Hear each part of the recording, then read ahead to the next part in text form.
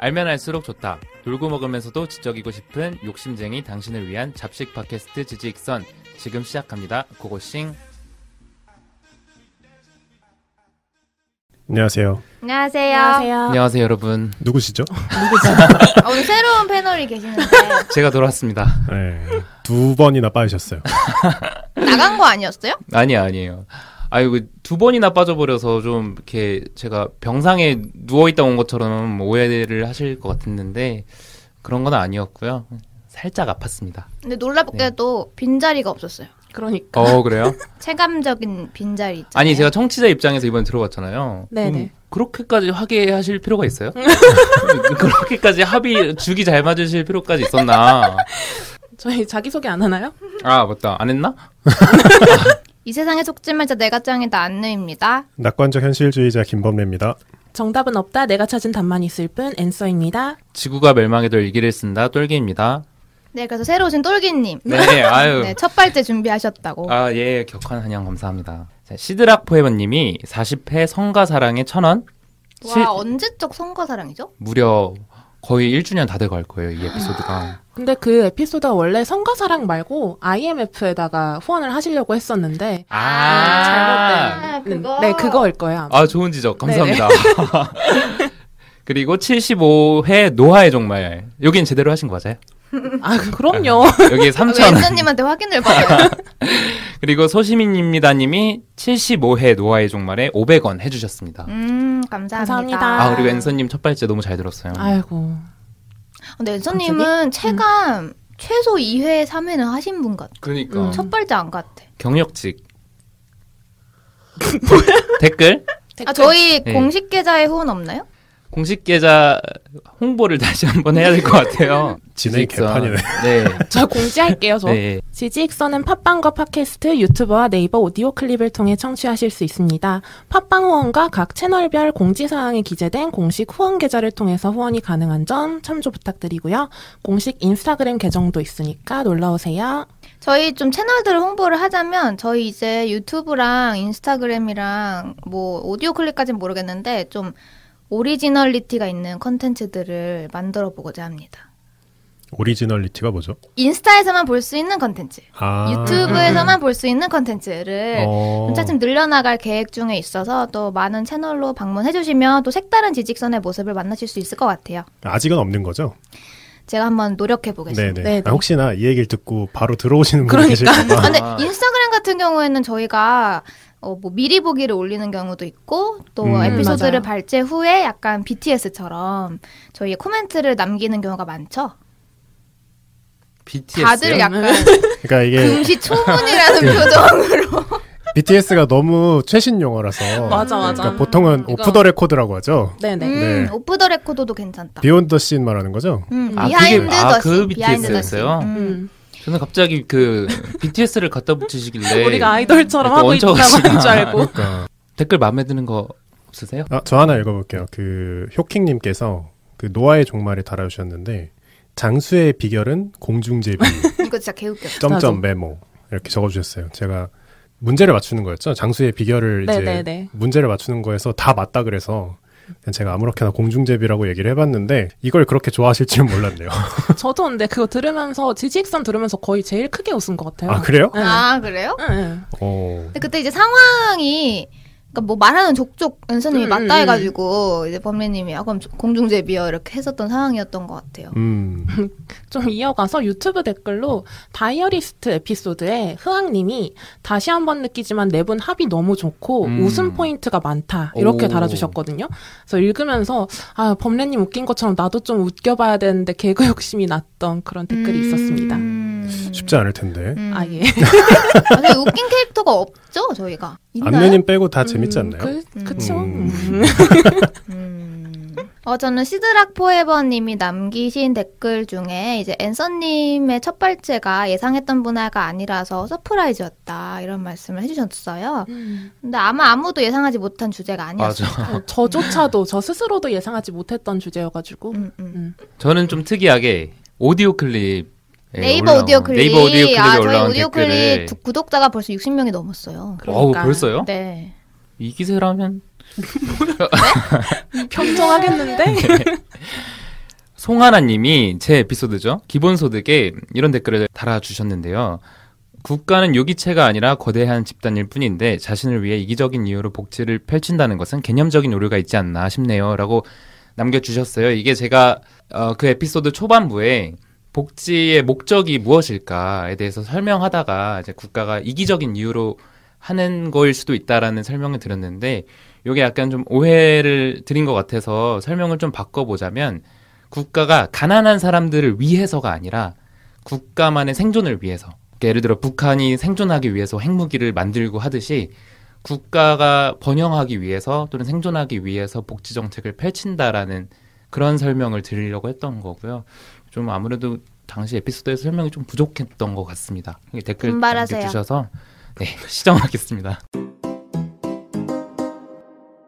오늘 제가 정말 오랜만에 발제를 하게 됐는데 근데 진짜 얼마 만이에요? 어, 왜 이렇게 미룰려놨어요? 그 중간중간에 좀 특별한 에피소드들이 그쵸. 있었어서 스트리밍이랑 맞아. 그 우리 콜라보랑 그러니까 지금 네. 같은 기간에 똘기님 발제가 굉장히 적은데 네. 꼼수 아닌지 아니요, 그렇지 않습니다.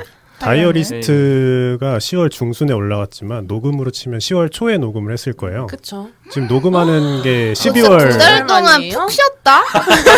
아 인간적으로 다음에 한번 더 하셔야 되는 거 아니에요? 저 요즘 진짜 열일했어요. 나 한번 쉬게 해줘. 쉬세요. 네네. 안 오셔도 돼요. 편집은 해야 되고. 그래서 오늘 알찬 에피소드로 돌아왔습니다. 네. 주제가 뭐였죠? 오늘 주제가 아프리카와 내전에 관한 이야기인데요. 여러분들 아프리카 잘 아세요?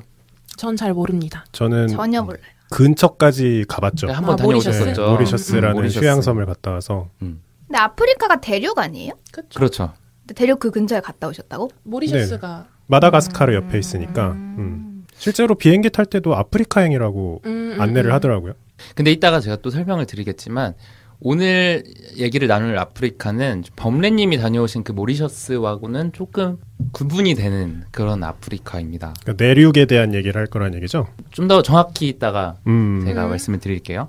이 주제로 발제를 하게 된 배경은 우리가 한국 사람들이 아프리카 대륙에서 되게 뭐 많이 싸우고 갈등이 많고 이런 건 알겠는데 그 소식만 듣지 딱히 관심이 없고 그 왜 싸우는지 원인에 대해서는 잘 알려고 하지도 않는 것 같아요. 제 생각에는. 실제로 제가 이번에 자료조사를 할 겸 도서관이나 서점에 갔는데 우리나라 말로 된 아프리카의 이런 사회가 서적은 정말 찾기가 어렵더라고요. 그래서 한번 요 내용으로 한번 우리 지지익선 청취자분들에게 지식을 전달하면은 되게 유익하겠다라는 생각이 들었고 제가 대학교 때 들었던 수업에서도 영감을 받은 게 있어요. 내전과 정치폭력이라는 수업이었는데 정치폭력? 네, 정치폭력이라는 수업이었는데 이게 제가 완전 망나니 같은 대학 생활을 하다가 처음으로 열정을 갖고 들었던 수업이었어요. 교양 수업이었어요? 아니요, 저희 전공 정치외교학과 전공 수업이었어요. 왜 열심히 들었어요? 그때가 군대 전역하고 나서이기도 했고 그래서 약간 몰입이 됐구나. 몰입이 되기도 네. 했는데 교수님 자체가 너무 이 분야에 대해서 완전 열정을 갖고 계신 분이라서 거기에 흠뻑 빠져갖고 아주 재밌게 들었던 수업입니다. 그래서 오늘 발제에서 그 내용들도 많이 참고를 해서 가져와 봤고요. 도강 아닌가요? 도강이야? 지금 들으시는 분들이 근데 1시간으로 한 학기 도강할 수 있으면 개꿀이죠. 개꿀이죠. 이것도 능력이죠. 내가 출처는 밝혀야 되지 않을까요? 요즘 저작권 네. 문제가 굉장히 민감한 시대이기 때문에 어떤, 뭐 어떤 교수님이세요? 최현진 교수님인데 최현진 성함을 교수님? 이렇게 밝히면 되나요? 밝혀야 영상 되죠. 편지 한번 쓰세요. 음성 편지. 음성 편지. 교수님 잘 지내시죠? 오늘은 약간 두 가지 핵심적인 질문. 아프리카에서는 왜 그렇게 애들 싸울까? 그리고 아프리카에서 싸우는 이야기에 한국인인 내가 왜 관심을 가져야 할까? 이 두 가지 질문을 가지고 한번 이야기를 전개해 보도록 하겠습니다. 잠깐 얘기를 했는데 아프리카 범래님 같은 경우는 여행을 다녀오셨고 특별한 이미지라기보다는 그런 유니세프 광고 후원 그런 거 있잖아요. 네, 약간 네. 그런 류로 노출되는 것만 많이 봤던 것 같고 아니면은 뭐 아프리카계 흑인 분들 중에서 방송에 나오시는 분들 있잖아요. 그렇게 접하는 거 외에는 그렇게 살에 와닿게 아프리카 나에 대해서는 생각을 해본 적이 없었던 것 같아요.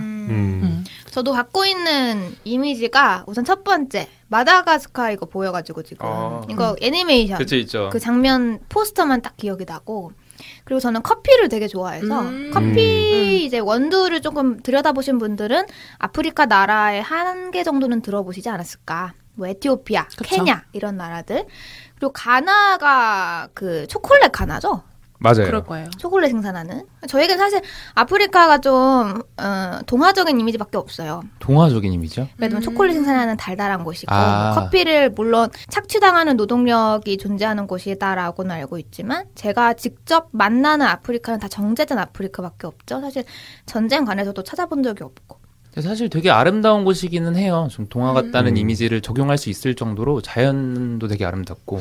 그리고 사람들도 얘기가 순박하고. 안 나오긴 했지만 보통 아프리카 하면은 개발도상국 이미지가 강하죠. 그쵸. 강하죠. 네. 그리고 보통 이제 아프리카 소식을 되게 그냥 평범하고 좋은 소식으로 접하기보다는 짐바브웨라든지 뭐 그렇죠, 뭐 남수단 네. 얘기라든지 아니면 뭐 사막화가 맞아요. 가속되고 있다, 뭐 이런 얘기로 주로 접하기 때문에 사실 아프리카의 정치가 어떤지 아니면 사회 문화가 어떤지 이런 거를 사실 볼 기회도 별로 없죠. 그래서 오늘 나눌 이야기도 조금 안 좋은 이야기에 초점을 맞춰서 얘기를 할 텐데 우선 시작하기 전에 이 아프리카에 대해서 다 얘기를 할 거냐. 다 못하죠. 양이 너무 많고 이 중에서도 지역을 한정할 건데요. 제가 인스타그램에 올릴 지도를 지금 패널분들은 보고 계시는데 아프리카 대륙에서 약간 상단을 보시면 알제리나 리비아, 이집트, 모로코 네. 이런 나라들이 있죠. 지중해권. 네, 이 나라들은 그렇죠. 지중해와 맞닿아 있기도 하고 흔히 북아프리카로 분류하는 곳입니다.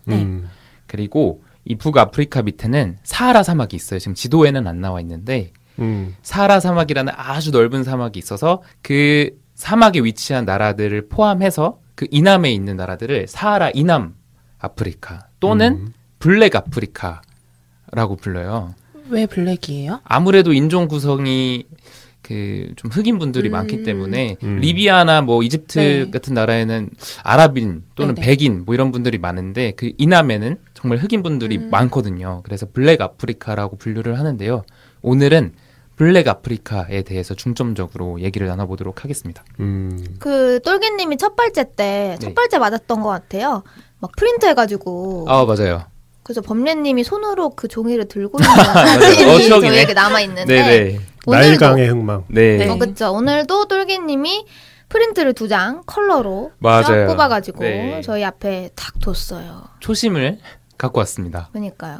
자, 그래서 범례님이 잠깐 언급을 해주시기도 했지만 오늘 나눌 이야기들이 좀 안 좋은 이야기들이잖아요. 그러니까 좀 진짜 뭐 동화 같은 이야기들을 통해서 아프리카라는 대륙에 대해 알아가면 이상적이겠지만 이따가도 이야기를 할 건데 이 대륙 전반에 흐르는 눈물을 이해하지 않고는 이 블랙 아프리카에 대한 뭐 정치라든가 경제, 문화를 이해할 수 없기 때문에 오늘 나눌 이야기들을 한번 좀 귀 기울여서 들어주셨으면 좋겠습니다. 다시 질문을 드리면 블랙 아프리카 이제 나라 이름들을 좀 보시죠, 지도에서. 네네. 네. 거기 중에서는 좀 친숙하다던가 하는 나라들이 있나요? 남아프리카. 에티오피아. 남아프리카 공화국, 에티오피아도 포함인가요? 에티오피아도 포함이죠. 나이지리아? 콩고, 나이지리아, 콩고민주공화국. 콩고민주공화국, 탄자니아. 탄자니아, 음. 세렝게티, 나미비아. 주권이 있는. 나미비아도 아세요? 응. 오. 나미비아 왜 알지? 어떻게 내가? 아세요? 그걸 내가 물어보고 싶어요. 어. 나미비아 뭐로 유명하죠? 다이아몬드 반지로 유명합니다. 그거 말고. 그래서 아는 거 아니야? 나미비아 되게 많이 들어봤는데? 뭐 다른- 유명한 거 있고. 다른 거랑 헷갈린 걸 수도 있어요. 맞아요. 그 뭐 나디아 애니메이션이랑 헷갈리신 것 같은데. 우간다. 우간다. 아우. 근데 우간다는 진짜 이름 자체가 아프리카 같아요. 이거 편견이죠. 예, 맞아요. 잘 아시네요. 제가 근데 아프리카에 편견밖에 없어요. 진짜 아는 게 저 없어. 접한 적이 별로 없으니까 아무래도. 소말리아. 소말리아가 있어요? 많이 들어봤죠. 오른쪽에 그 뾰족한 곳. 맞아요, 맞아요. 소말리아는 왜 유명하지? 그 해적 최근에 그 대한민국 군인이 여명 작전 펼쳐서 좀 유명해졌죠. 맞아요. 해적 맞아요. 소탕 작전. 맞아요. 근데 사실 저는 아프리카 국가들이 친숙하진 않은데 그걸로는 좀 많이 접해봤어요. 6.25 참전국. 아프리카에서도 많이 참전했었거든요. 그렇구나. 어떤 나라가 있죠? 그걸 잘 모르겠는데 그러니까 여기서 봤는데 들어본 것 같은데 싶으면 대부분 참전국인 경우가 있더라고요. 그 뭐 지도 보신 김에 좀 더 설명을 드리면은 방금 언급해주신 소말리아 있는 곳은 약간 툭 튀어나와 있잖아요. 네네. 거기를 아프리카의 뿔이라고 음. 하고요. 그다음에 왼쪽에 보시면, 그러니까 대륙의 서쪽에 보시면은 어디를 보시면 될까요? 시에라리온, 뭐 라이베리아, 코트디부아르 네. 요런 데 있는 곳이 서아프리카인데 여기가 예전에는 노예 해안으로 유명했던 이쪽에서 노예 무역을 많이 한다고 해서 실제로 뭐 가나라든지 코트디부아르가 있었던 해안 쪽이 노예 해안이라고 이름이 붙여졌던 곳입니다. 자, 그리고 아프리카에는 대략 54개에서 55개 나라가 있어요. 이거는 뭐 분류마다 좀 달라지는 것 같긴 한데 오늘 설명드릴 블랙 아프리카에는 46개국이 있고요. 인구도 아프리카 전체 인구인 13억의 약 80%에 달하는 10억 정도가 이 블랙 아프리카에 있습니다. 그리고 또 이거는 긍정적인 이야기일 수도 있는데 인구 증가율 최상위 20개국 가운데 19개국이 이 블랙 아프리카에 있습니다. 긍정적인 거예요? 그쵸. 아무래도 뭐 아이를 많이 낳고 그 아이들의 생존율이 높고 그렇게 잘한다는 의미가 될 수도 있으니까요. 저는 약간 그렇게 느껴지는데 이제 뭐 무시하는 건 아니지만 개발도상국인 시절에 우리나라도 그랬지만 네. 개발도상국인 시절에 그 출산율이 조절이 안 되죠. 아, 피임도 잘 안 되고. 우리가 이런 얘기 한번 나눴던 적이 있었던 것 같아요. 좀 약간 그런 이미지로 저는 이제 편견이 있는 사람으로서 그렇게 비춰지는데 똘기님은 이제 긍정적인 시그널로 보시는 건가요? 아, 그럴 수도 있겠네요. 이거 뭐를 엄청 긍정적이라고 가져온 건 아니고 이제 뭐 이런 특징을 가지고 있다. 그러니까 쑥쑥 자라는 나라다라는 말씀을 드리고 싶어서 가져온 그러니까 건데 인구가 많이 늘어나고 있다. 잠재력이 있을 수 있다. 네. 네. 그리고 또 하나 이제 말씀을 드려야 될 게 우리가 흔히 아프리카에 대한 뭐 편견이라고 소개하는 것들이 아프리카를 좀 단일 문화권으로 본다. 왜 이런 얘기들을 많이 하거든요. 실제로 한국의 뭐 유명한 예능에서 아프리카어 이렇게 말을 했는데 그게 뭐 아프리카인이라고는 할 수 있겠죠. 물론 대륙이니까 실제로. 근데 아프리카어라고 표현을 하는 게 마치 아시아어라고 네. 표현을 하는 것만큼이나 좀 너무 이걸 단일하게 보는 그런 표현이라고 합니다. 실제로 수천 개의 정체성과 부족이 이 아프리카 대륙에 위치해 있고요. 영화 블랙팬서 보시면은 네. 거기에 되게 다양한 캐릭터들이 나오잖아요. 막 입술에 무슨 이따만한 접시를 받고 있는 그런 캐릭터도 나오고 하여튼 다양한 문신과 다양한 복장을 한 그 부족들이 나오는데 실제로 영화 블랙팬서가 아프리카에 존재하는 그 수많은 부족들의 정체성을 잘 고증한, 충실히 고증한 영화라고 합니다. 아 그래요? 네. 저는 솔직히 보면서 그냥 전형적인 우리가 갖고 있는 아프리카 부족의 이미지를 그냥 만들어놨구나. 마치 디즈니가 예전에 뮬란이라는 영화 네. 혹은 다양한 서구권에서 만들어진 영화 중에 동양의 이미지가 되게 짬뽕돼서 나오는 게 많거든요. 예를 들면 뭐 기모노를 입고 뭐 중국식 화장을 했다거나 그냥 아시아가 갖고 있는 그런 단일적인 이미지가 있었잖아요. 저는 또 그런 사례일 거겠다라고 생각을 했는데 고증이 확실한 나름 사례인 충실히 거예요? 고증한 오. 그런 영화라고 합니다. 오. 그리고 지금 제가 블랙 아프리카에 대해서 좀 웜업을 하고 있는 건데요.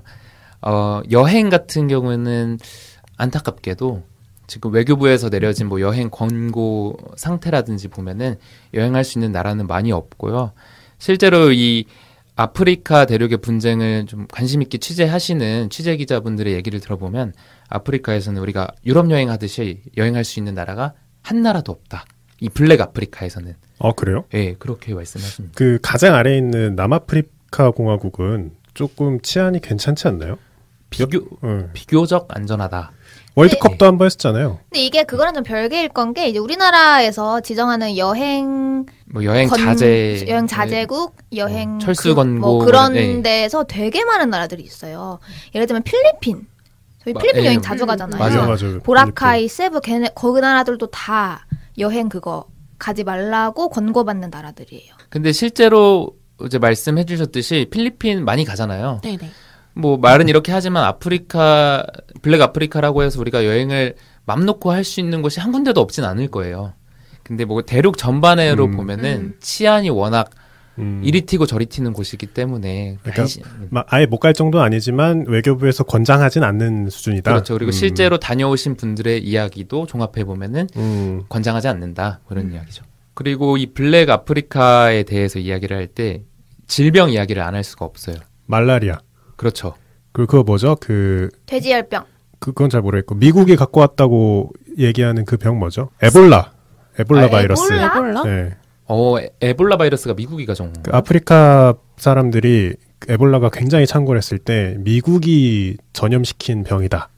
라고 이제 믿는 분들이 많았다고 하더라고요. 왜 제가 에볼라 바이러스 얘기를 잠깐 하려고 했는데 이때 약 28,000명이 감염이 돼서 11,000명 정도가 죽었다고 해요. 이 에볼라 바이러스로. 사망률이 50%가 조금 안 되는 사망률이죠. 근데 이때 이렇게까지 많이 죽은 이유가 아프리카 전반의 의료 현실이 굉장히 취약하다. 그러니까 의료진 부족도 문제지만 의료진에 대한 신뢰가 굉장히 부족해요. 왜 그러냐면 현대 과학에 대한 교육을 못 받은 나라들이 많거든요. 그래서 병을 치료하는 것은 주술사들이지 저렇게 흰색 가운을 입고 주사기와 청진기를 든 의사들이 아니다. 이런 불신이 있어서 오히려 막 의사들이 병을 옮긴다. 아마 봄래님이 하신 그 미국이 병을 가져왔다라는 루머도 그렇게 퍼진 것 같은데. 맞아요. 미국은 의료진을 파견한 거였는데 그거를 이제 곡해한 거죠. 사실 미국도 뭐 순전히 치료를 위해서 갔다기보단 에볼라에 대한 연구를 겸해서 갔던 걸 텐데 네.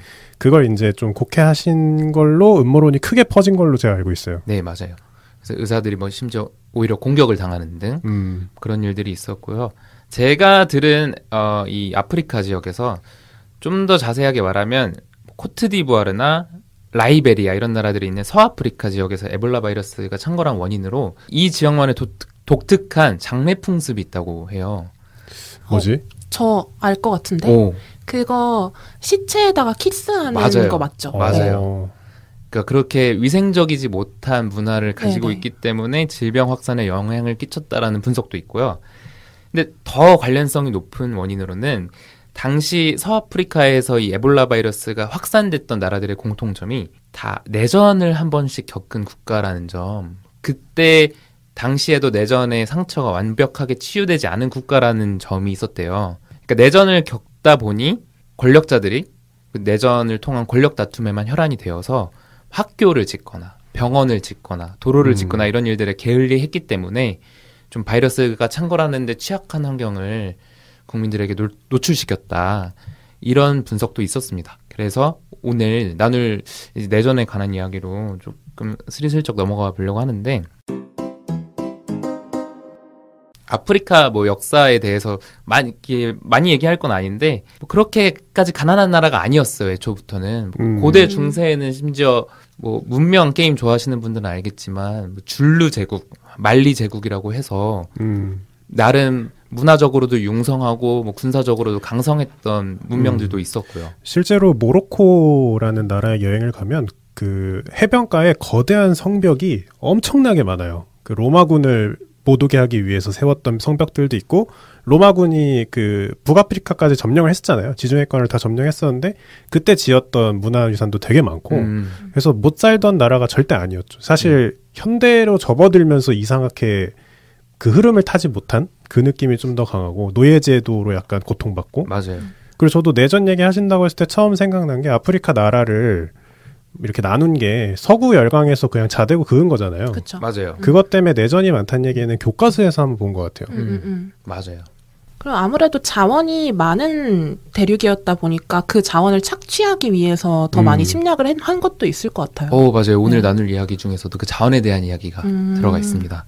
아무튼 간에 그렇게까지 뭐 발전이 안 된 나라들은 아니었는데 아무래도 17세기, 18세기 가면서 유럽에서 일어난 그 기술 발전을 아프리카가 따라가지 못하다 보니까 유럽에서 좀 잘 나가는 나라들의 침략을 제대로 방어하지 못했던 거죠.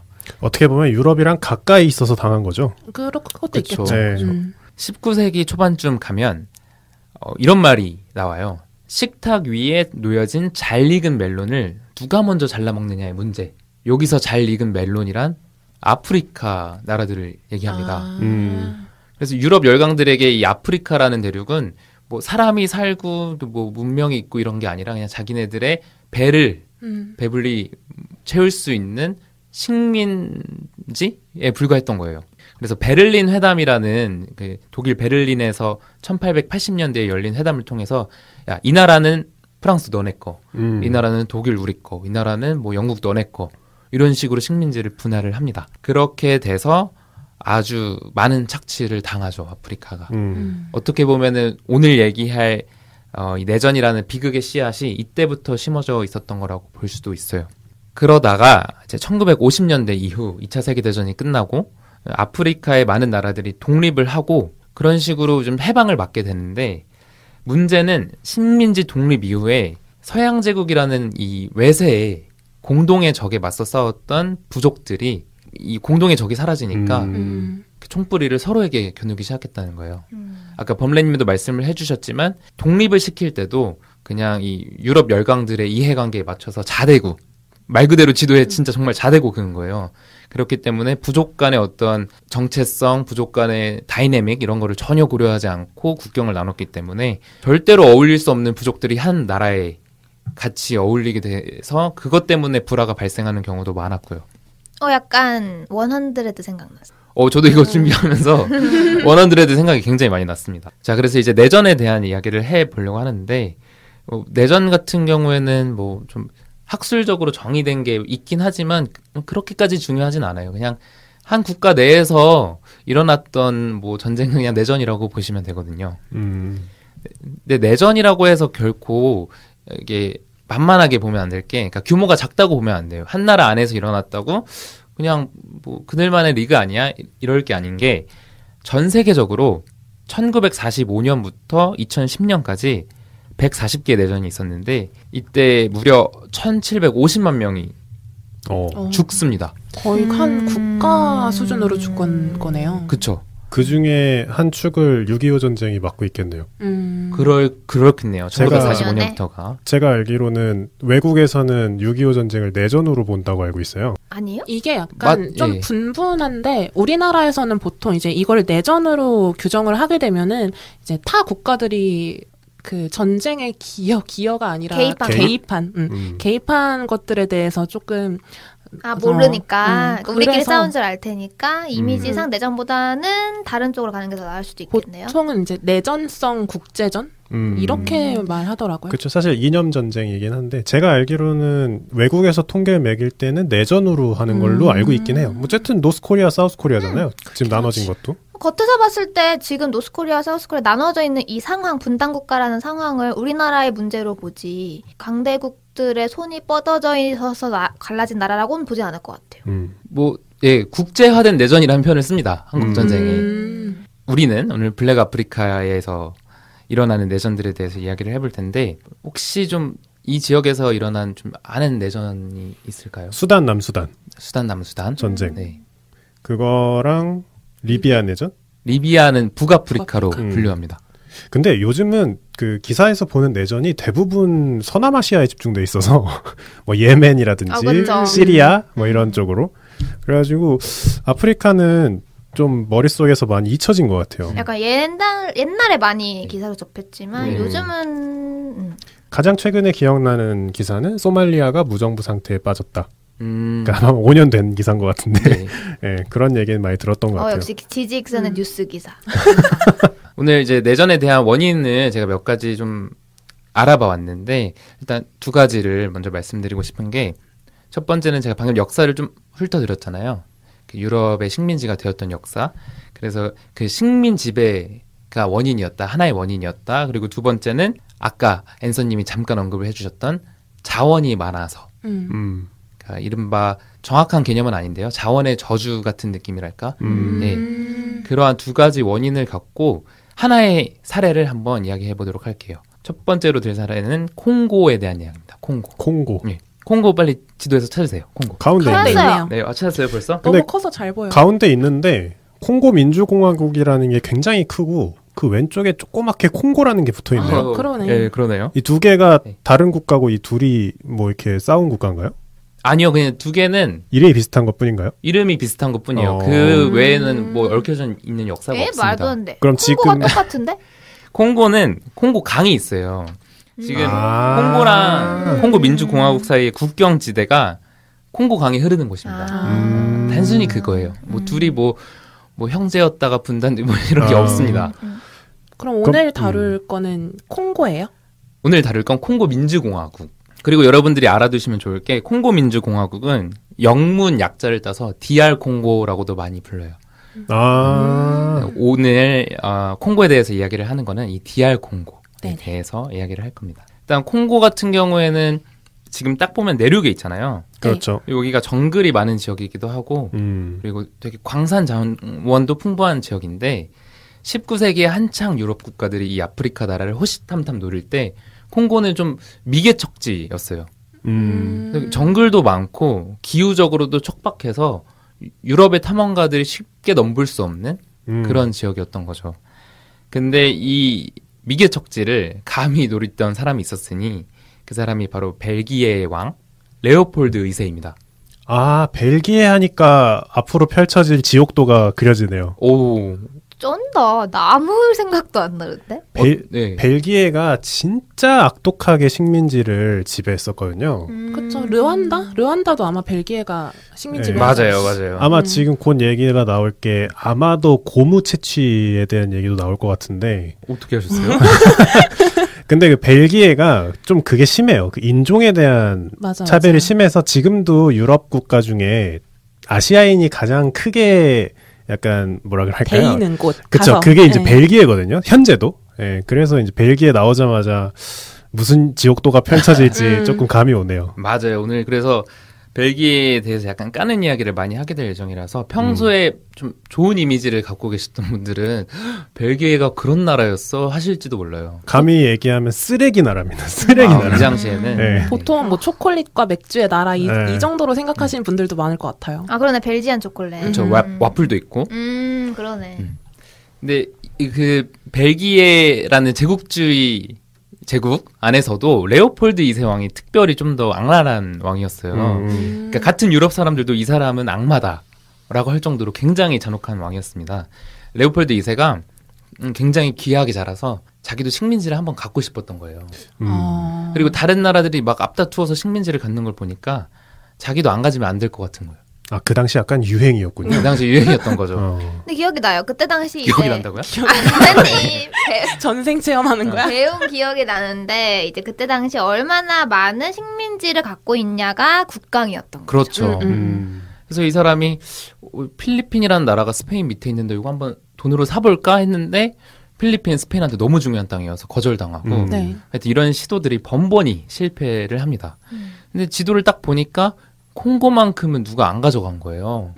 가져가기 힘드니까. 그래서 이 콩고를 한번 이렇게 먹어보자 해서 이빨을 드러내기 시작합니다. 근데 대놓고 식민지를 만들려고 하면 약간 같은 유럽 사람들한테도 비난을 당할 것 같고 뭔가 좀 우회로가 필요했던 거죠. 그래서 그거를 탐험한다는 명목으로 이 아프리카를 탐험하는 미국인을 후원한다든지 뭐 이런 식으로 해서 콩고 안으로 점점 사람들을 보내요.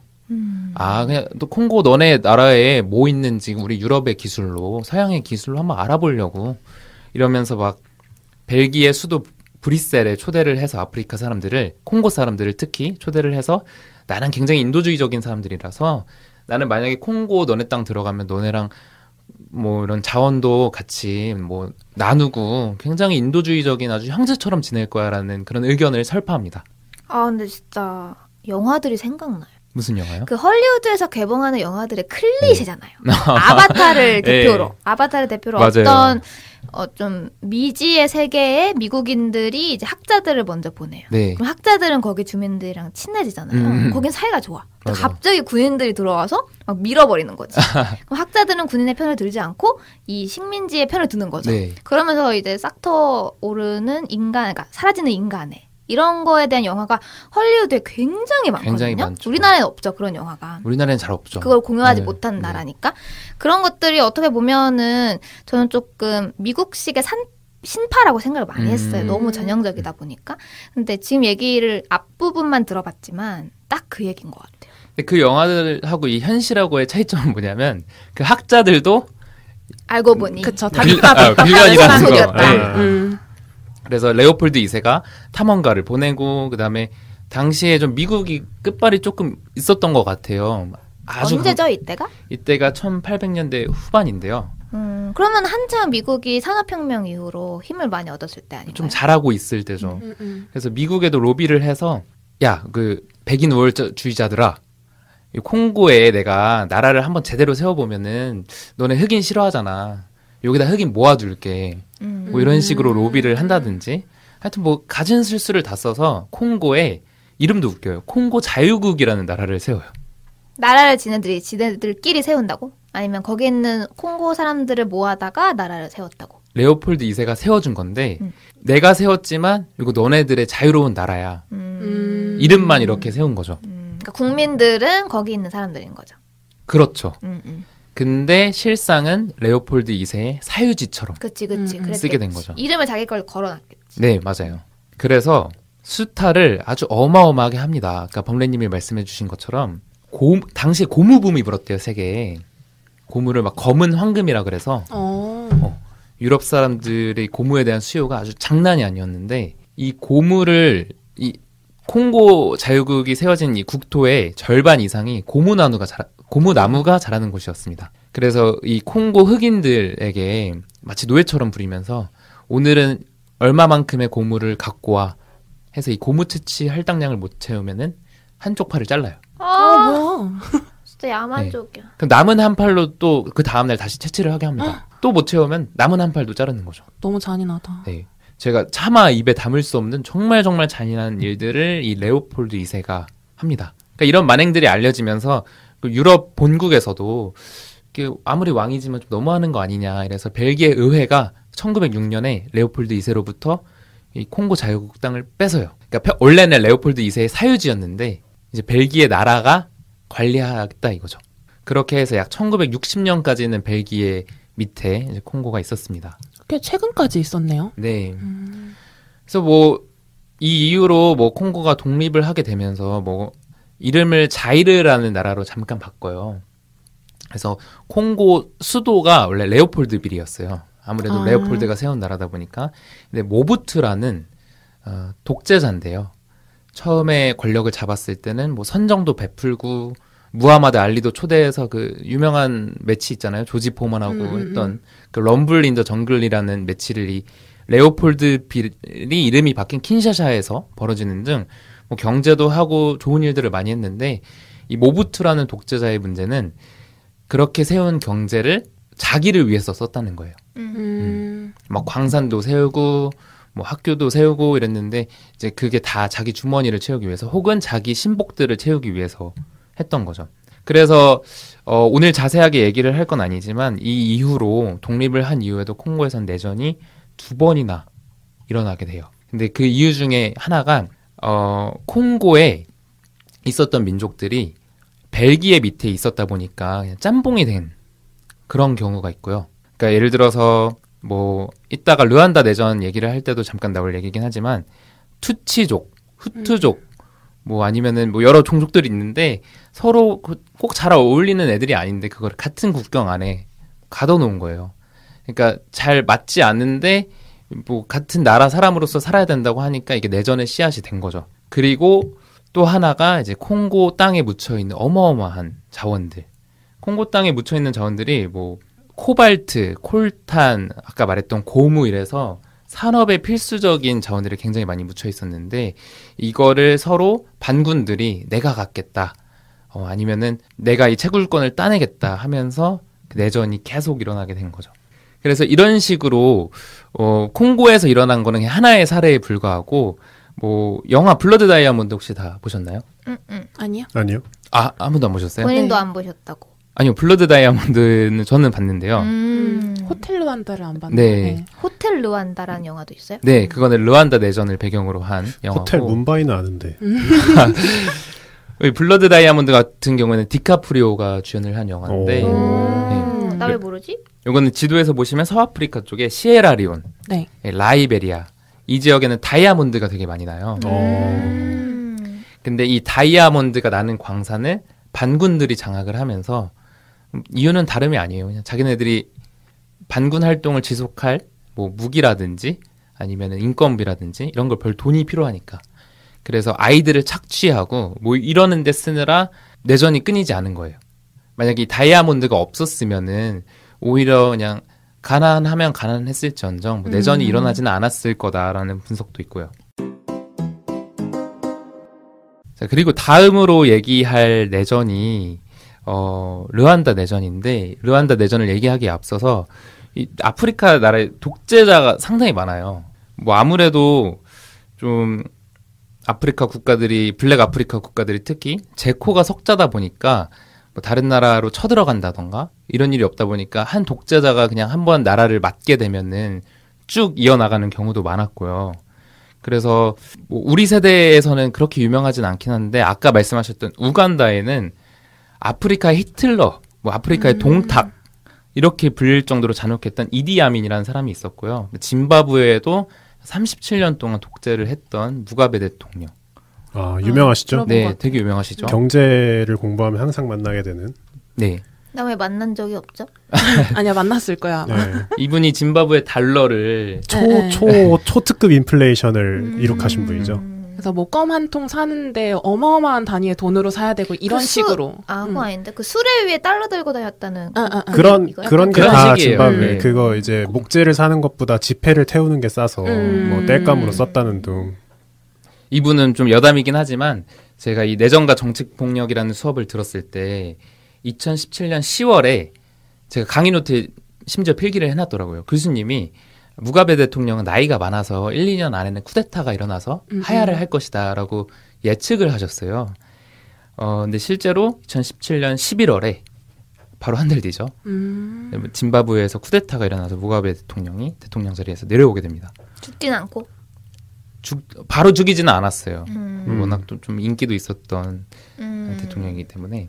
근데 이 독재자라는 게 사실은 좀 뭐 내전의 약간 원인이 되기도 하는데 아프리카 같은 경우에는 유럽에서 독립을 했기 때문에 사실 독립을 하자마자 권력자에 앉는 사람들의 유형이 대부분 군인이에요. 그렇죠. 사실 대한민국도 그거에서 그쵸? 자유롭지 않죠. 네네. 네. 맞아요. 군인인데 이분들이 혼자 권력을 쟁취하진 않았겠죠. 도와주는 사람이 있었겠죠. 도와주는 사람들이 있었죠. 엘리트 조직이 있었는데 이 독재자라는 자리에 앉고 나서 이제 나라를 운영을 해야 되는데 뭐 자원도 조금 나고 그러면은 사실 뭐 복지 정책을 할 수도 있고요. 아니면은 뭐 학교를 세우거나 도로를 짓는 등 국민들을 위한 정책을 펼쳐야 되잖아요. 근데 가지고 있는 돈은 한정이 되어 있고 이 국민들을 위한 정책을 위해서 돈을 쓰다 보면은 엘리트 조직들에게 돌릴 만한 뭐랄까요? 콩고물이 없는 거예요. 그러니까 엘리트 조직들이 바라는 거는 뭐 롤렉스 시계라든지 외제차 같은 거를 이 내가 도와준 이 독재자가 자기들한테 배분을 해주길 원했던 건데 그러지를 않고 갑자기 국민들을 위해서 돈을 쓴다고? 그러니까 이 사람들이 하는 게 쿠데타. 아, 내가 좀 내 주머니를 채울 수 있었는데 이 독재자는 그게 아니고 물러 터진 애였어. 근데 그걸 막고자 쿠데타를 막고자 엘리트 조직들의 주머니를 채우려니 국민들이 반란을 일으키는 거예요.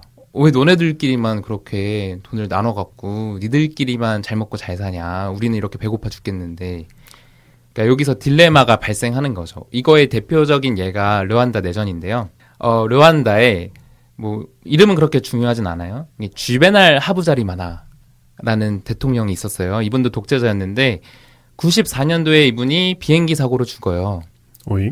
독재자 중에 가장 편안하게 가신 것 같아요. 네. 근데 이 비행기 사고가 암살의 형태였던 거예요. 그게 아마 부룬디 대통령인가? 같이 타고 있지 않았어요? 맞아요. 네. 근데 이 주베날 지베날 하부자리마나 대통령 같은 경우는 르완다의 두 종족 중에 하나였던 후투족 출신인데 이 후투족과 강력하게 대치하고 있었던 투치족이 아마 이 후투족 출신 대통령을 암살한 게 아닐까 네. 라는 얘기가 있습니다. 추측이에요. 근데 거의 학계의 정설 정도인 거 아니에요? 이때까지만 해도 무조건 투치족 소행이다. 근데 갑자기 후투족, 투치족 얘기가 나오니까 좀 혼란스러우실 것 같으니 잠깐 이 두 종족에 대해서 설명을 드리면은 르완다도 아까 얘기가 나왔던 것처럼 벨기에가 식민 지배를 합니다. 근데 벨기에가 참 이미 우리가 한번 얘기를 들어서 알겠지만 굉장히 악랄했어요. 레오폴드 2세 말고도 어떻게 하면 이 르완다라는 나라를 잘 지배할까 생각을 하다가 일본이랑 비슷한 것 같아요. 아, 얘네끼리 일단 뭉쳐 있으면 안 돼. 갈라놔야겠다. 갈라치기를 해야겠다 해서 이 후투족하고 투치족은 원래 종족별 특성은 이래요. 투치족은 약간 리치예요.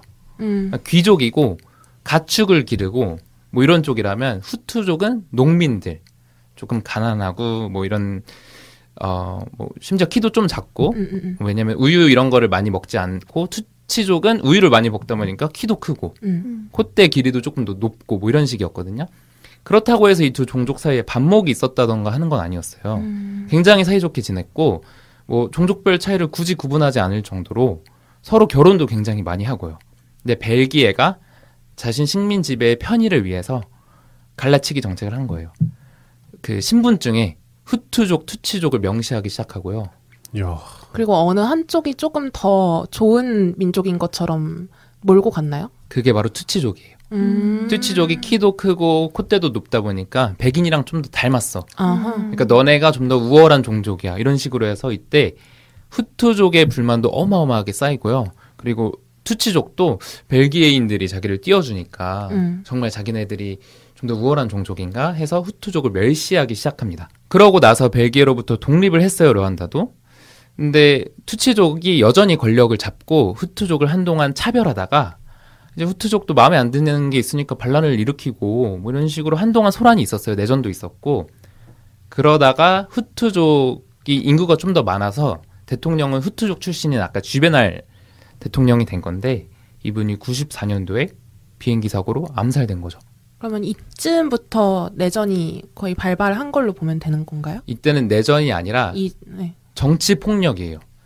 대등하게 싸운 게 아니라 아 이거 투치족의 소행이네 해서 후투족이 100일 동안 투치족 80만 명을 죽입니다. 그냥 시민 대 시민으로 싸워서 죽여요? 그냥 뭐 민병대 대 민간인. 거의 뭐 학살이네요. 그러면 학살이죠. 군사가 개입된 건 아니고 그 민족끼리 말 그대로 내전이 일어난 네. 거네요. 너무 끔찍한 생각을 해보시면 100일이에요. 100일. 3달도 안 되는 시간 동안 80만 명이 죽은 거거든요. 어마어마하다. 근데 더 끔찍한 건 물론 이 죽이는 무기로 총도 쓰기도 했지만 그 마체테라고 칼. 네, 이렇게 약간 낫으로도 쓰이는 그런 칼이 있는데 칼을 이용해서 이렇게 80만 명이나 되는 어마어마한 사망자를 냈다는 게 그럼 반격도 했나요? 당하고만 있진 않았을 것 같은데. 근데 이 후투족이 인구가 좀 많고요. 그리고 당시 이제 아무래도 암살당한 대통령도 후투족 출신이었고 좀 권력 자체가 후투족에 넘어간 상태다 보니까 별다른 반격을 못하고 그렇게 다 죽게 돼요. 지도 보면은 루안다가 그렇게 큰 나라가 아니고 되게 작아 보이는데 네. 그 안에서 80만 명이 죽었다고 하면은 거의 뭐 나라가 피로 물들었다고 봐도 될 만큼이겠네요. 그렇죠. 근데 나중에 조사에서 밝혀졌는데 이 후투족 대통령을 암살한 게 투치족이 아니라 후투족이었던 거예요. 네, 제가 그 잠깐 전에 말씀드렸던 독재자를 몰아내기 위해서 독재자 주변의 엘리트 조직이 이 독재자를 죽인 거죠. 왜냐하면 이때 당시 이 후투족 출신 대통령이 좀 국민들 한번 먹여보겠다고 되게 포용적인 정책을 시작하려고 했던 쯤이었거든요. 그거를 옆에서 지켜보던 이 대통령의 측근들이 그게 마음에 안 들어서 왜냐하면 이 포용적인 정책에는 투치족도 포함이 되는데 후투족 강경파들은 우리를 그렇게 멸시했던 투치족까지 먹여 살린다고 하면서 마음에 안 들어서 비행기에 올라탔을 때 사고로 위장해서 암살을 하게 된 거죠. 그러니까 여기서 독재자의 딜레마가 발생하는 거예요. 국민들을 챙길 것이냐 아니면 엘리트 조직을 챙길 것이냐. 국민들을 챙기자니 쿠데타가 일어나고 내 주변에 엘리트 조직만 챙기자니 반란이 일어나고 뭐 어느 쪽 배를 불리든 간에 나한테는 큰 영향이 올 수밖에 없는 상황인 거네요. 그렇죠. 그러면 이거를 어떻게 해결하냐. 가장 간단한 해결책은 가장 간단하다고 해봤자 복잡한데요. 네. 집권을 할 때 소수 엘리트들한테만 도움을 받지 말고 이 집권 기반이 되는 세력을 넓히면 돼요. 근데 이거를 극단적으로 넓히게 되면 이게 우리가 흔히 말하는 민주주의가 되는 거죠. 그렇죠. 모든 국민한테 도움을 받으면 그쵸. 민주주의가 되는 거죠. 다수의 국민한테 도움을 받아서 집권을 하면 뭐 정당하게 정통성 있게 집권을 하게 되는 거니까. 자, 그래서 이 블랙 아프리카에서도 이 민주주의의 힘을 빌어 내전이 한 번도 안 일어난 나라가 있습니다. 좀 모범적인 사례에 대해서 좀 얘기를 해볼 건데 혹시 짐작이 가는 나라가 있으신가요? 너무 많은데 나라가? 그러니까. 전혀 짐작이 안 가. 감비아? 감기약이요? 감비아. 감비아. 감비아. 보츠와나? 정답. 와, 뭐야? 어디였어요? 지렸다. 어디 있어요? 찍은 거죠, 뭘. 보츠와나는 밑에 두 번째. 남아공 바로 위에 있어요. 그러네. 약간 텍사스처럼 생겼네요. 어떻게 하셨어요, 안님? 안 들어본 나라 골랐어요. 하긴 조용한 나라는 우리가 들어볼 리가 없지. 이 보츠와나 같은 경우에는 되게 민주적인 나라예요. 심지어 그 북한의 인권 문제를 들어서 2014년에 단교하기로 할 정도로 오, 신기하다. 굉장히 그 수준이 성숙되어 있는 우리도 나라인데 단교를 못했는데. 우리는 수교를 한 적이 없죠. 그러니까 저 사람 뭐야? 아니 내 말 우리도 이렇게 못 끊어내는 나라를. 우리도 강경하게 못하는 나라를. 이 나라도 다이아몬드가 굉장히 유명해요. 진짜 축복받았으면서 진짜 저주받은 나라들이 많네요. 네. 근데 아까 자원의 저주를 이야기하긴 했지만 이 나라만큼은 자원의 저주를 피해갑니다. 보츠와나 같은 경우에는 1969년에 다이아몬드 광맥이 발견돼서 지금은 세계 제3대 매장량을 자랑할 정도로 굉장히 자원이 풍부해요. 상대적으로 약간 다이아몬드가 좀 늦게 발견된 건가요, 그러면? 맞아요. 그래서 침략을 덜 받은 것도 있겠네요. 근데 시에라레온 같은 경우에도 네. 다이아몬드가 물론 1930년쯤에 발견이 되긴 했지만 본격적으로 채취한 거는 80년대, 90년대거든요. 그럼에도 불구하고 그 블러드 다이아몬드라는 이름이 붙을 정도로 피해 내전이 발생한 거 보면은 1969년도 내전이 발생하기에 늦은 연도는 아니에요. 근데 여기는 왜 착취를 안 당했지? 여기에는 진짜 보츠와나의 최대 행운이라고 불리우는 제가 사진을 올려드렸는데요. 퀘트 마시레이라는 인물 때문입니다. 그러니까 이 인물이 교사, 기자 출신인데 나중에 대통령까지 했어요. 근데 보통 다른 아프리카 나라의 독재자 같으면 다이아몬드를 발견했어? 그러면은 다이아몬드 채굴권을 외국계 회사에 넘겨서 좀 목돈을 받아서 자기 주머니에 채운다든가. 그래서 학교나 도로 병원 이런 걸 짓는 거를 등한시하고 그냥 자기 이속만 챙기는데 혈안이 되어 있을 텐데 이 사람은 좀 달랐어요. 이 사람이 대통령이 되기 전에 재무장관을 하던 시절에 이 다이아몬드를 발견했으니까 우리는 기술이 없으니 외국계 회사를 데리고 오되 정부와 기업이 50대 50 지분으로 합자 회사를 만들자. 약간 사회 간접 자본을 더 만들기 위해서 합작을 했다. 그렇죠. 그렇게 나온 이유로 도로도 짓고 병원도 짓고 좀 보츠와나 전체가 다 잘 살 수 있는 그런 정책을 하자. 그러니까 자원의 저주를 좀 제도적으로 차단을 한 거죠. 근데 이 사람이 진짜 잘한 것은 이게 아니라 대통령이 되었을 때 이 사람은 이미 업적도 있어요. 재무장관으로서 업적도 있고 되게 소탈한 사람이라서 인기도 많고 해서 맘만 먹으면 독재를 할 수 있었을 텐데. 근데 우선 대통령은 어떻게 됐어요? 대통령은 부통령을 하다가 대통령이 죽어서 대통령이 됐어요. 그러니까 뭐라고 할까요? 민주주의로 뽑힌 대통령들이에요, 다들? 네네. 이미. 네, 이때 당시 선거는 정상적으로 치르고 대통령이 된 것 자체에는 정통성이 있었는데 다른 나라들도 사실 그래요.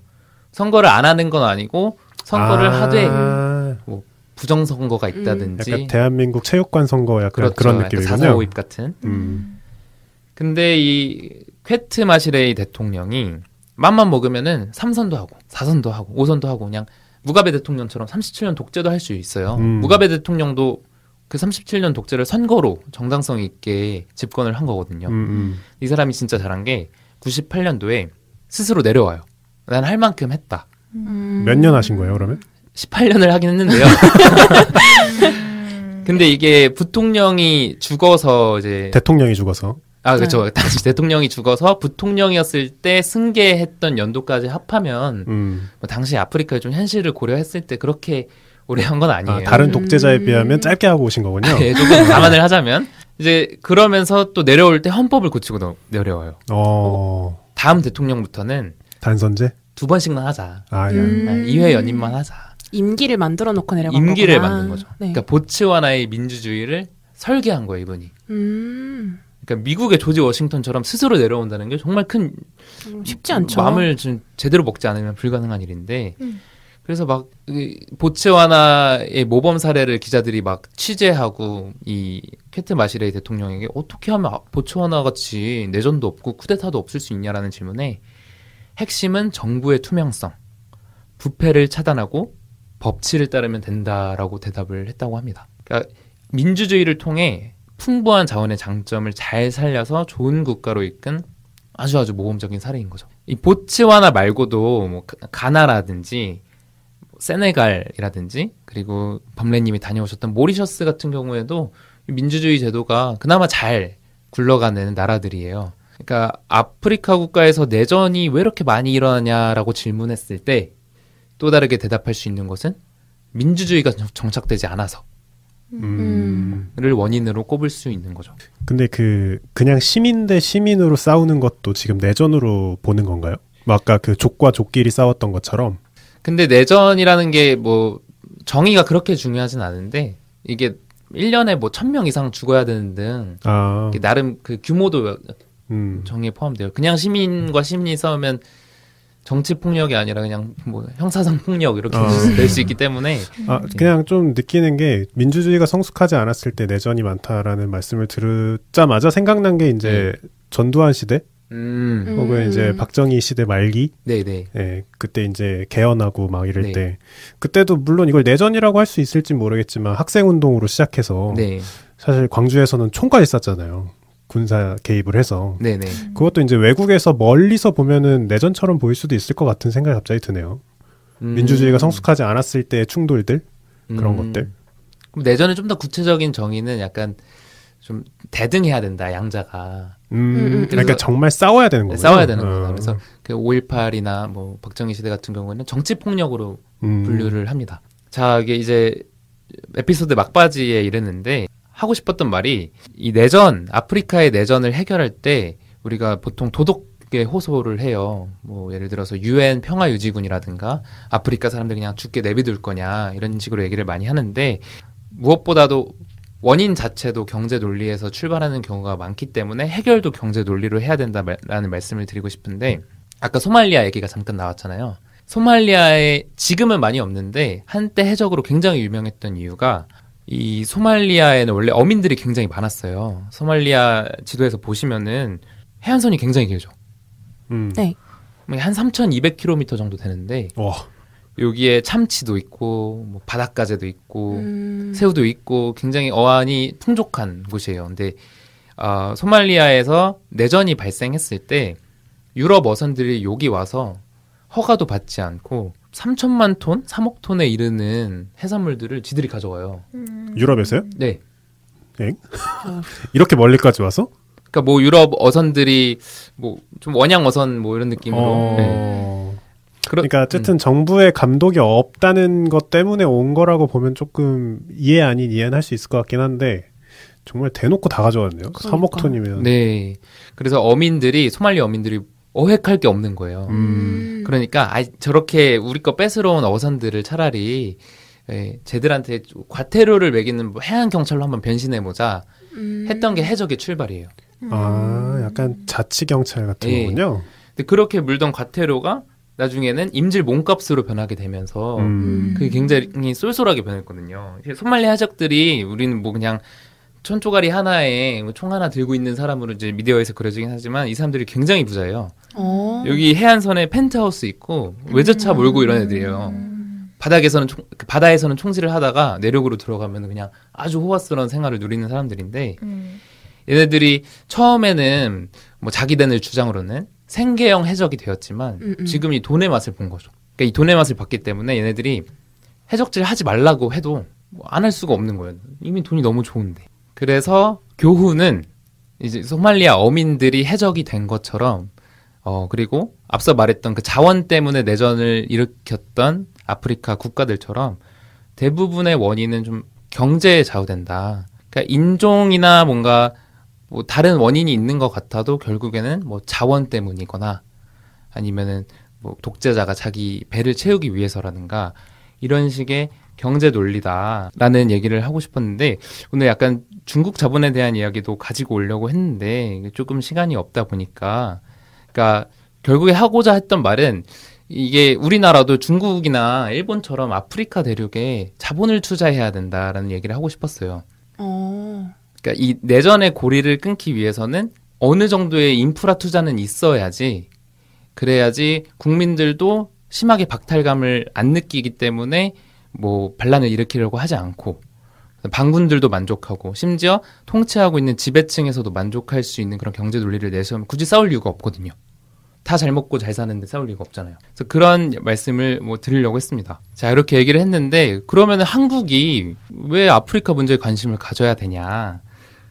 뭐 몇몇 유럽 국가들은 자신들의 식민지 정책으로 인해 죄책감이라도 느끼지 한국과 아프리카는 도대체 무슨 연이 있냐 이렇게 반문할 수가 있잖아요. 근데 뭐 몇 가지 얘기를 갖고 왔는데 일단은 외교 무대에서는 그 나라 국력과 관계없이 모든 나라가 평등한 한 표를 가지잖아요. 그러니까 아프리카처럼 이렇게 뭐 46개국, 50개국 이렇게 많은 나라들이 있을 때 투자를 조금이라도 하는 것이 굉장한 외교적 성과가 될 수 있습니다. 그게 잘 발현이 됐던 게 아프리카 등 이 제3세계 국가들의 지지로 일본 나고야를 꺾고 유치했던 88 서울 올림픽. 당시에 서울이 굉장히 밀렸는데 아프리카 국가들의 지지로 서울이 올림픽을 유치할 수 있었다고 해요.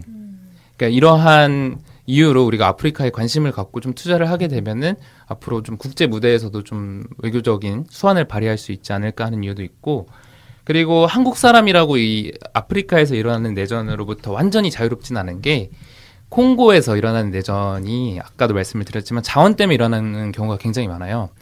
그 중에서도 코발트 같은 경우에는 광산에서 아동 착취가 굉장히 심하게 일어나는 장소입니다. 광산 지주들이 네. 뭐 내전을 일으켜서 그 안에서 이제 노동력으로 아이들을 쓰는데 코발트가 어디에 쓰이냐면은 리튬 이온 배터리에 쓰여요. 그거 맞아요. 색깔 만들 때도 무슨 코발트 코발트 블루란 말 맞아요, 많이 하잖아요. 맞아요. 그 약간 영롱한 색깔을 만들 때도 이 광물이 쓰이고 네. 리튬 이온 배터리 같은 경우에는 전기차 배터리로 많이 쓰이는데 우리나라의 SK 이노베이션이라는 회사가 이 전기차 약 300만 대를 구입하기 위해서 이 콩고에서 나는 코발트 광산을 수출하는 회사와 계약을 맺었습니다. 작년에. 그렇기도 하고요. 콩고에서 나오는 이제 광물 중에 또 하나가 콜탄인데 이 역시 좀 아동 착취하고 관련이 있어요. 근데 콜탄 같은 경우에는 스마트폰을 만드는 데 씁니다. 결국에 우리가 스마트폰을 좀 자주 바꾸고 하면은 좀 콩고에서 일어나는 어떤 콜탄으로 인한 아동 착취에 영향을 끼칠 수밖에 없다. 그러니까 우리가 그렇다고 스마트폰을 쓰지 말자는 건 아닌데요. 아주 연결이 안 되어 있다는 건 아닌 거죠. 그러니까 아프리카 문제에서 우리가 그냥 두 눈 감고 두 귀를 닫고 관심을 아예 안 가져야 할 대륙은 아니다. 이런 얘기들도 할 수 있고요.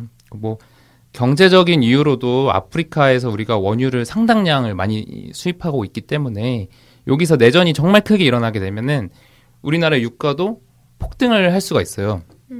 그렇게 되면은 우리나라 경제에도 좀 영향을 미칠 테고, 뭐 아무튼 이래저래 한국이 아프리카에 대해서 관심을 가져야 할 이유는 많은데 우리가 오늘 확인했듯이 평소에도 좀 많이 확인을 하듯이 한국이 아프리카라는 나라에 대해서 아프리카라는 대륙에 대해서 그렇게까지 많은 관심을 갖고 있지 않거든요.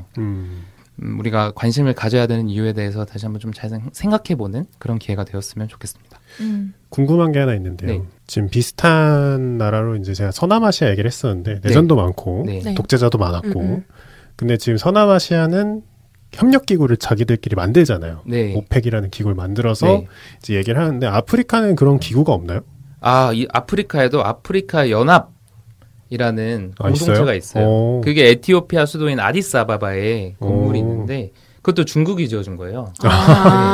근데 제가 중국이 아프리카에 엄청난 투자를 하고 있다는 기사는 진짜 많이 봤거든요. 네. 네. 그러면은 이렇게 아프리카 협력기구가 있으면 약간 이렇게 코발트라든지 이런 희소 자원으로 좀 국제적으로 무기로 좀 쓸 수 있을 텐데 그 협력이 잘 안 되나 봐요. 협력이 일단은 아주 잘 되는 편도 아니고 그리고 정치가 일단 불안하잖아요.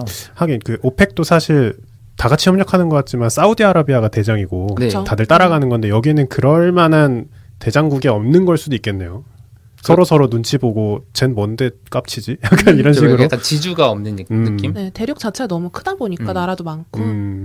그리고 국가와 국가 간의 싸움도 문제지만 좀 협력이 이루어질만 하면 저쪽 지도자가 바뀌어져 있는 경우도 있고 쿠데타가 일어난다든지 뭐 내전이 일어난다든지 그런 문제로 인해서 아직까지 협력이 정말 잘 되는 것 같지는 않아요. 사실 협력되면 여기도 사실 오펙 저리 가라 할 정도로 그쵸. 강력할 수 있을 텐데. 그럼요. 저는 오늘 내전 이야기 다룬다고 해서 약간 좀 감정적인 이야기라든지 우리가 몰랐던 실상이라든지 이런 거에 대한 이야기를 많이 하지 않을까 하고 생각하고 왔었는데 생각보다 이제 마무리 부분에 되게 좋았던 게 우리가 이 아프리카 대륙의 내전에 대해 생각할 때 전략적으로 어떻게 접근해야 하는가? 이런 점들을 찝어준 게 좀 특별했던 것 같아서 마지막이 되게 좋았습니다. 저는 오히려 마지막이 제가 생각했던 방향이랑 좀 달라서 의외라는 생각이 들었고, 제가 생각했던 방향은 이제 똘끼가 항상 좀 평화주의적인 내용이 많아요. 평등에 대한 얘기도 많고 약간 동화적인 이야기가 많다라는 생각이 저는 개인적으로 있거든요. 되게 순진한? 근데 이게 네. 나쁜 의미의 네. 순진한 게 아니고 되게 천진난만한 발제가 많다는 생각이 들어서 저도 나중에 그 마지막에 결말 부분은 그러니까 뭐 아프리카 사람들도 행복해 우리도 행복할 수 있다 뭐 이런 내용이겠거니 했는데 이제 마지막에 결말 부분이 결국엔 되게 경제적이고 어떻게 보면 되게 계산적인 이유인 거잖아요. 네네. 그들이 행복해야 된다 이런 느낌보다는 맞아요. 그런 게 저는 좀 의외였고 또 한편으로는 역시 우린 다 연결되어 있구나 네. 이런 생각이 들었습니다. 저도 오늘 재밌게 들었고요. 이집트부터 시작해서 그러니까 나일강의 흥망부터 시작해서 참 아프리카를 좋아하시는 분이구나 가보고 싶어요 저는. 라는 생각이 네. 들고 나중에 언젠가 또 이렇게 세렝게티인가? 그게 아프리카 네. 맞나요? 네. 네, 그런 얘기도 이제 할 것 같고 근데 이제 결국은 금융치료가 필요하다는 거잖아요. 그쵸? 돈으로 그렇죠. 해결할 네. 수 있는 네. 문제가 대부분인데 아마 제가 이걸 잘 노리고 들어가는 나라는 기사로 보기엔 중국인 것 같아요. 사실 중국이 제가 보기엔 좀 경계심을 가져야 될 정도로 아프리카에 돈을 쏟아붓는 걸로 알고 있어요. 근데 그 이유가 뭘까라고 생각해보면 오늘 똘기님이 얘기해 주신 이유가 될 수 있을 것 같아요. 국제 무대에서의 한 표를 얻기 위해 네. 그게 좀 강할 수도 있고 아니면 중국에 대한 이미지를 아프리카에서 세탁하기 위해 그럴 수도 있고 그래서 대한민국도 물론 뭐 많은 걸 할 수는 없겠지만 가만히 있어서는 안 되겠다. 약간 그런 생각이 좀 드네요. 자, 오늘 블랙 아프리카와 거기서 벌어지는 내전들에 대한 이야기를 한번 해봤습니다. 지금까지 제 발제를 들어주셔서 감사합니다. 고맙습니다. 감사합니다.